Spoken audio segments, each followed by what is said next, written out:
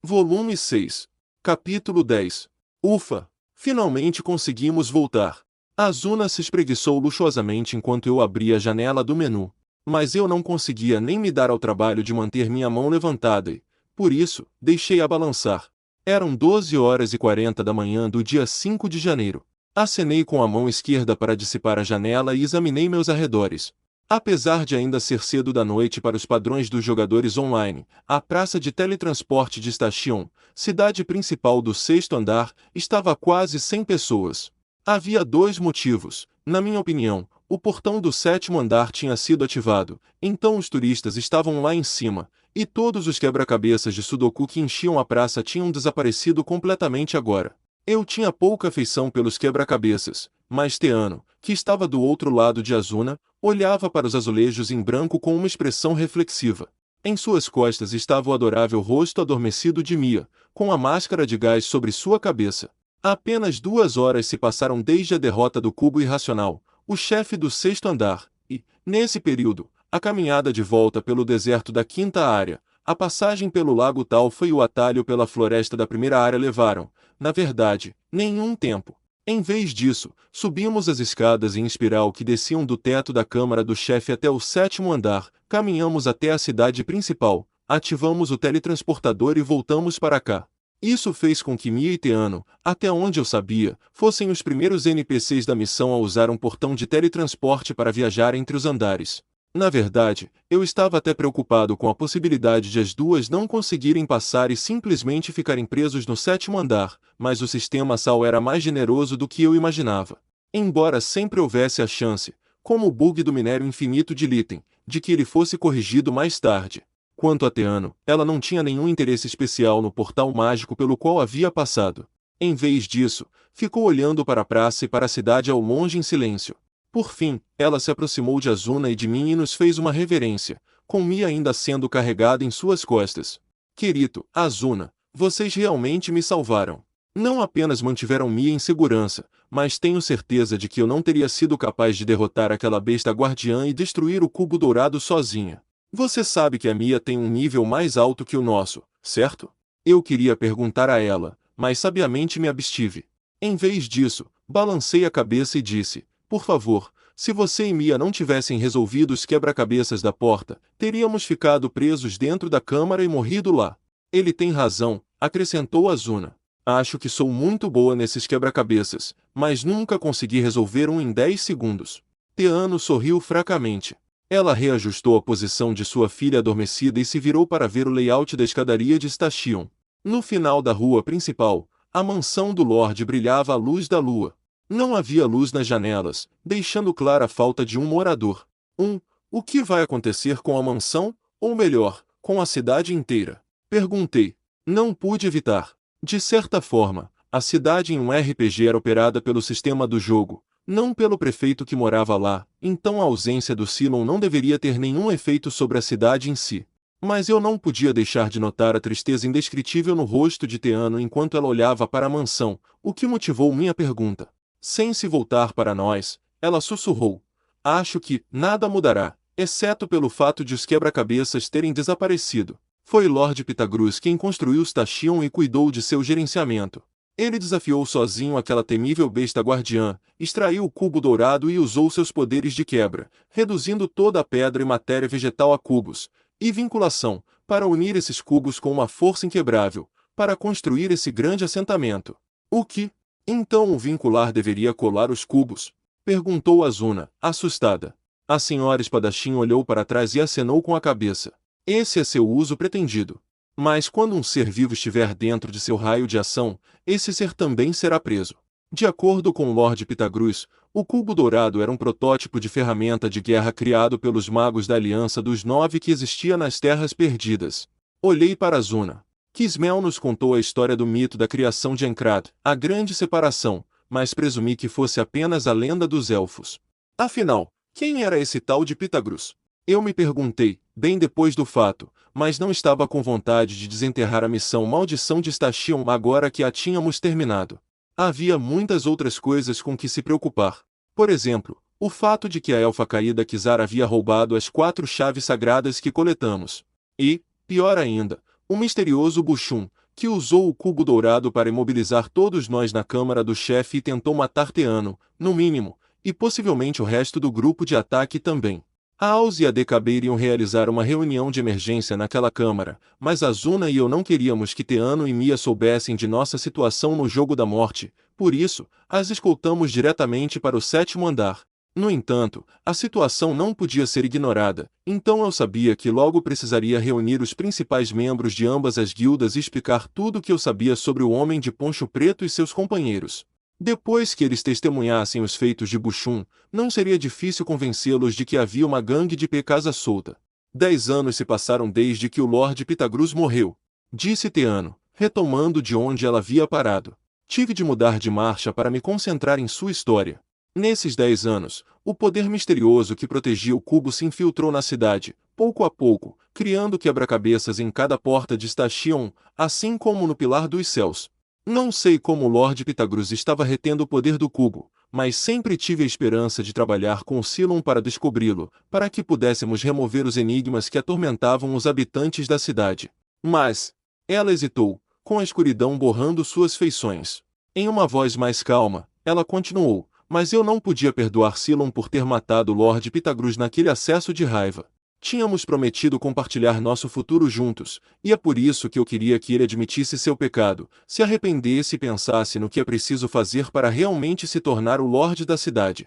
Durante 10 longos anos, esperei pelo dia em que ele viria me visitar.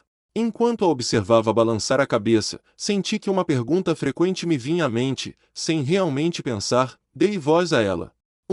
Teano, o que foi que o Cylon fez com que você... Azuna me deu uma cotovelada na lateral, o que me fez perceber que eu estava fazendo uma pergunta potencialmente rude. Mas Teano apenas sorriu melancolicamente e olhou para algum lugar distante.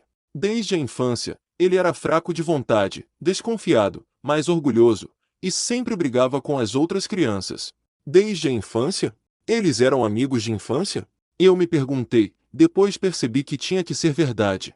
A maior cidade do 6º andar tinha apenas 600 metros de norte a sul e metade da largura. Todas as crianças da mesma geração teriam se conhecido. Mas, na verdade, ele era muito gentil. Desde o início, foi combinado que eu serviria na mansão do Lorde Pitagrus. Eu estava preocupada, mas para me animar, ele disse: não se preocupe, vou passar no teste do Lorde Pitagrus e me tornarei seu aprendiz. Apenas aguente firme. Ele manteve sua palavra e sonhou que, no final, se tornaria o próximo Lorde da cidade, se casaria comigo e viveríamos juntos naquela mansão. Mas, quando ele soube que não seria escolhido, o choque e a decepção devem ter sido grandes. Mas... gaguejei, olhando brevemente para Azuna. Pensei que Pitagrus fosse escolher você para ser o próximo mestre da cidade. Então, o Cylon não deveria ter ficado tão arrasado. Teano pareceu perplexa por um momento, depois balançou a cabeça rapidamente. Por cima do ombro, Mia murmurou em seu sono, e sua mãe a embalou gentilmente até que voltasse a um estado de paz. Em seguida, ela se concentrou em nós novamente e balançou a cabeça mais uma vez. Não, Lorde Pitagrus ensinou a mim, uma serva, tudo sobre quebra-cabeças, mas isso era mais um jogo para ele. Ele não precisava de um herdeiro. O Lorde Pitagrus era imortal, ele viveu por séculos antes de a cidade de Station ser construída. O quê? Gritei, fechando a boca com força. Quando tive certeza de que Mia não havia acordado, retomei em uma voz muito mais calma. Ele não podia morrer. Eu estava começando a me perguntar se Pitagrus não havia sido assassinado, mas ainda estava vivo em algum lugar, mas Teano fez um gesto negativo. Não, acho que devo dizer que ele tinha vida eterna. Ele não poderia morrer de velhice. Quando cheguei à mansão, ele já era um homem velho e envelhecido, com cabelos brancos, mas o mordomo, que era o mais velho de todos os criados, afirmou que Pitagrus já tinha essa aparência quando era menino também. Então, quando Cylon soube da verdade, Azuna murmurou, e Teano assentiu. Ele descobriu que o Lorde Pitagrus não morreria de velhice e que não haveria transmissão do cargo. Foi a raiva, a decepção e talvez até o medo que ele sentiu que o levou a esse ato terrível. Assim como a própria cidade, o Lorde Pitagrus era um homem que não se prendia à razão humana. Teano parou ali, com um olhar lúcido nos olhos, e senti que não precisava me intrometer mais sobre o Cylon. Em vez disso, procurei na bolsa do meu cinto o item que peguei no final da luta contra o chefe, uma chave de metal sem brilho. Você deveria ficar com isso, Teano, eu disse, entregando-a. Ela olhou para ela por um momento antes de aceitá-la. Segurando a chave que antes era duas ao luar, ela disse, então essa chave sempre foi feita para ser uma só. O Lord Pythagoras deu a mim e ao Cylon essas chaves nos últimos dias do nosso 18º ano, mas ele não disse para que serviam. Eu nunca poderia imaginar que eles fizeram a chave para remover o cubo do corpo da fera guardiã. Por que ele nos daria uma coisa dessas? Nem Azuna nem eu tínhamos a resposta para essa pergunta. No final da missão Maldição de Station na versão beta, o fantasma de Pythagoras concedeu seu perdão a Cylon por tê-lo matado, disse a ele para trabalhar com Teano para proteger a cidade e desapareceu. Em outras palavras, o Pythagoras da versão beta nomeou Cylon e Teano como seus sucessores. Eu me perguntei se talvez a mesma coisa fosse verdade para essa versão imortal de Pythagoras, mas não consegui falar sobre isso. Em vez disso, Azuna tomou para si a responsabilidade de dizer, tenho certeza de que ele amava você e o Cylon. Sem dizer uma palavra, Teano olhou novamente para a mansão distante. Senti como se um pequeno lampejo de luz tivesse aparecido na lateral de seu rosto, mas quando ela se virou para nós novamente, depois de um bom tempo, tudo o que vi foi o mesmo pequeno sorriso. Você pode estar certa. Teano colocou a chave dentro da gola de sua armadura e, em seguida, estendeu a mão para acariciar a cabeça de sua filha adormecida. Ela exigiu que voltássemos a visitá-la algum dia, antes de levar sua filha para fora da praça. Quando suas barras de HP desapareceram, uma mensagem do sistema apareceu no centro da minha visão, informando que uma missão havia sido concluída.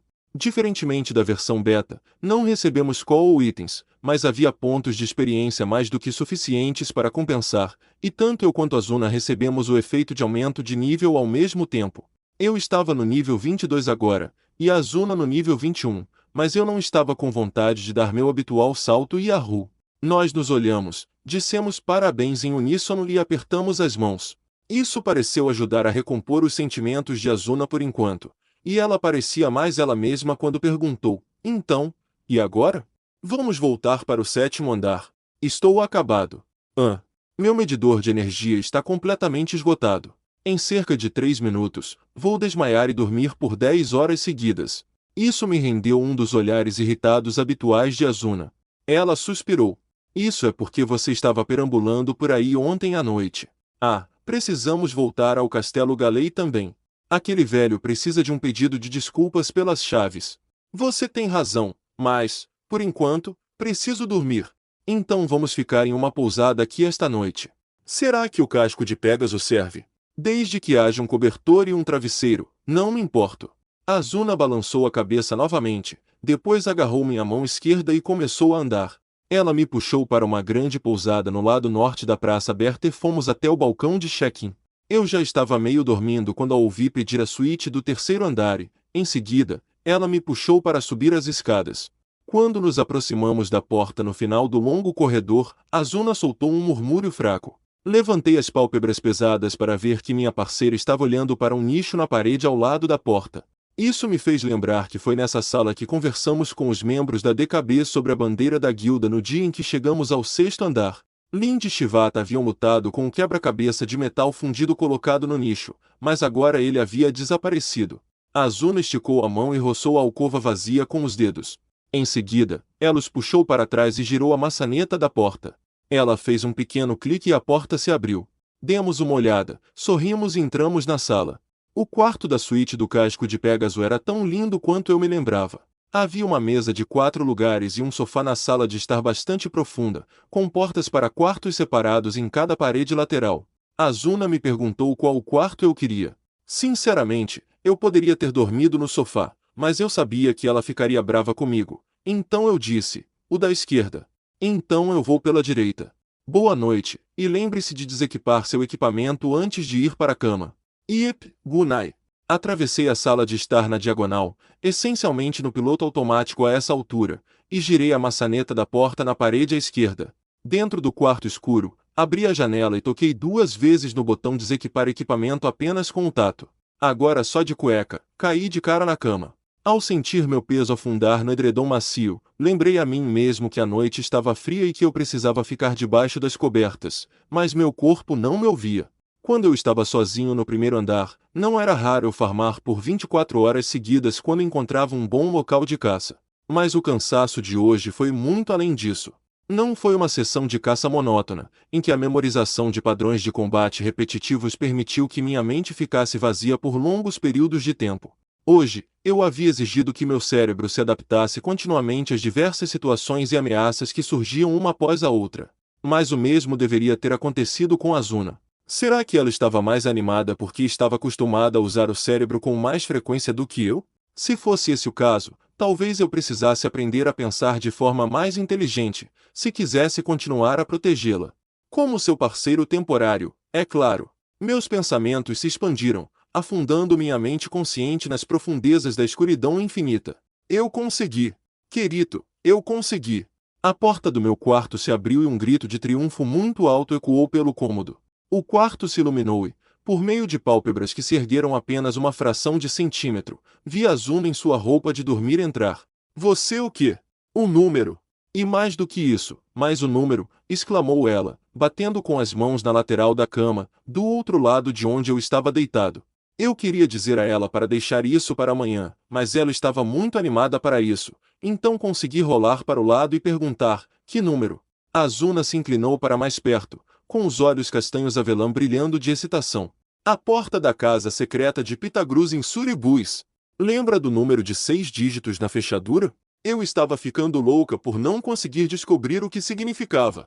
Agora que ela mencionou isso, quando eu lhe disse o código para abrir a fechadura, ela disse algo nesse sentido, que era familiar para ela de alguma forma. Como era? 6, 2, 8, 4, 9, 6.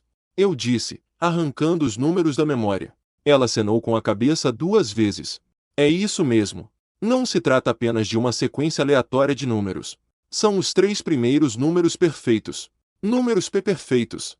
Parecia algo que eu poderia ter aprendido na escola. A curiosidade afastou o sono apenas o suficiente para que eu apoiasse minha cabeça com o braço esquerdo. O que há de tão perfeito neles? Um número perfeito é definido como um número inteiro que é igual à soma de seus divisores próprios. Veja, os fatores de 6 são 1, 2 e 3, certo? Se você somá-los, eles formam 6. E os fatores de 28 são 1, 2, 4, 7 e 14, que somados dão 28. E 496 é o próximo. Oh, estou vendo. Foi uma descoberta interessante, mas não parecia ser mais do que uma curiosidade. Isso significa apenas que quem escreveu a história da missão Maldição de Station escolheu os 3 primeiros números perfeitos por capricho para esse cadeado. Mas Azuna já sabia o que eu estava pensando. Isso não é tudo. Então, quando você fez o beta, você viu o cursor do fantasma de Pitagruz, certo? Sim, eu vi. Qual era o nome dele? Como se escreve seu nome? Na verdade, acho que era apenas um título genérico, como Alma Inquieta, sem um nome individual associado a ele. Ah, então eles estavam escondendo, respondeu ela com seriedade. Então, sem aviso, Azuna pulou na cama. Ela se deitou de lado ao meu lado e abriu a janela para que eu pudesse ver. Sem demonstrar qualquer reconhecimento de como eu estava atordoado, ela foi até a guia mensagens e usou um campo de mensagem em branco como bloco de notas para digitar o alfabeto ocidental. Veja, acho que a grafia correta do nome de Pitagruz é provavelmente esta. Nós nunca ouvimos escrito dessa forma, apenas ouvimos ser falado. Ok. Deitei novamente a cabeça no travesseiro para ver a janela, que continha a seguinte sequência de letras. Pitagoras. P. Pai. Tá. O quê? É assim que o nome dele deve ser escrito. Sim, de acordo com a ortografia em inglês. Mas talvez isso ainda não seja familiar para você. Você estaria muito mais familiarizado com a pronúncia japonesa ou com o grego propriamente dito. A pronúncia japonesa. Agora realmente confuso, olhei novamente para a janela. Tentei pronunciar as letras da forma como os sons estrangeiros eram representados em japonês. Pi, sa, goras. Pisa. Espere, não, deveria ser um T? Pitágoras. Espere, este é o famoso. 90% da minha sonolência havia desaparecido, inundada de adrenalina. Eu não era o aluno mais antenado da escola, mas até eu conhecia esse nome. No segundo semestre do meu segundo ano do ensino médio, pouco antes de ficar preso no SAL, aprendi sobre Pitágoras, o antigo matemático grego cujo nome estava associado ao teorema sobre os lados de um triângulo retângulo. Ele também foi o fundador de uma espécie de clube de matemática com seu nome e descobriu várias propriedades e conceitos matemáticos. Portanto, Foi ele quem os chamou de números perfeitos. Então, por que eles não deixaram claro que ele era Pitágoras desde o início? Respondi, ganhando uma risada de Azuna. Eles provavelmente queriam colocar um pouco de distância entre o personagem e a figura histórica, e é por isso que esconderam a grafia alfabética. Afinal, ele teria sido apenas o modelo para o personagem. Ah, o verdadeiro Pitágoras também era bom em resolver quebra-cabeças? Não, nunca ouvi nada nesse sentido. E ele nunca foi chamado de rei dos quebra-cabeças ou algo do gênero. No entanto, acho que seu foco na harmonia e integridade dos números tem alguma relação com o conceito de quebra-cabeças. Rolei de costas e refleti sobre os acontecimentos dos últimos 4 dias. E o verdadeiro Pitágoras foi morto por seu próprio seguidor, murmurou Azuna. Ele foi. Tecnicamente, foi uma pessoa que queria se juntar à sua ordem escolástica e que Pitágoras rejeitou. Então o homem incitou o povo da cidade a atacar a ordem por vingança. Embora eu não me lembre se o nome dele era Silon ou não.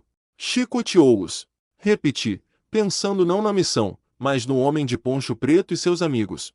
O homem chamado Bushun, que se infiltrou na DKB e tentou roubar o cubo dourado, de alguma forma sabia onde usar a chave de ferro, quando nem mesmo Teano sabia.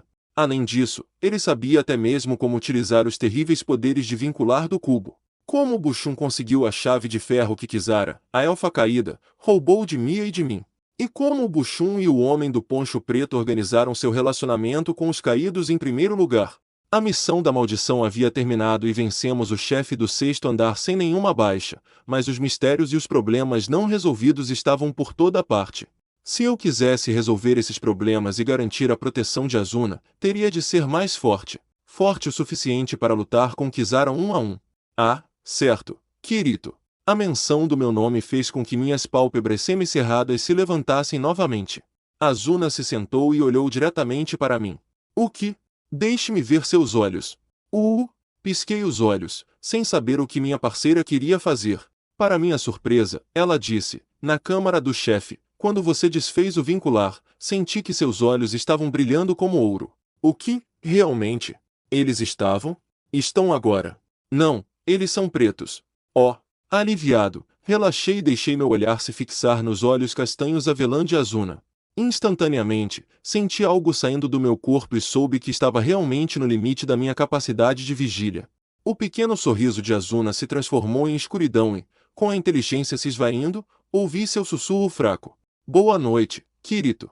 Boa noite, Azuna, eu disse, embora não tivesse certeza de que isso tivesse saído de meus lábios.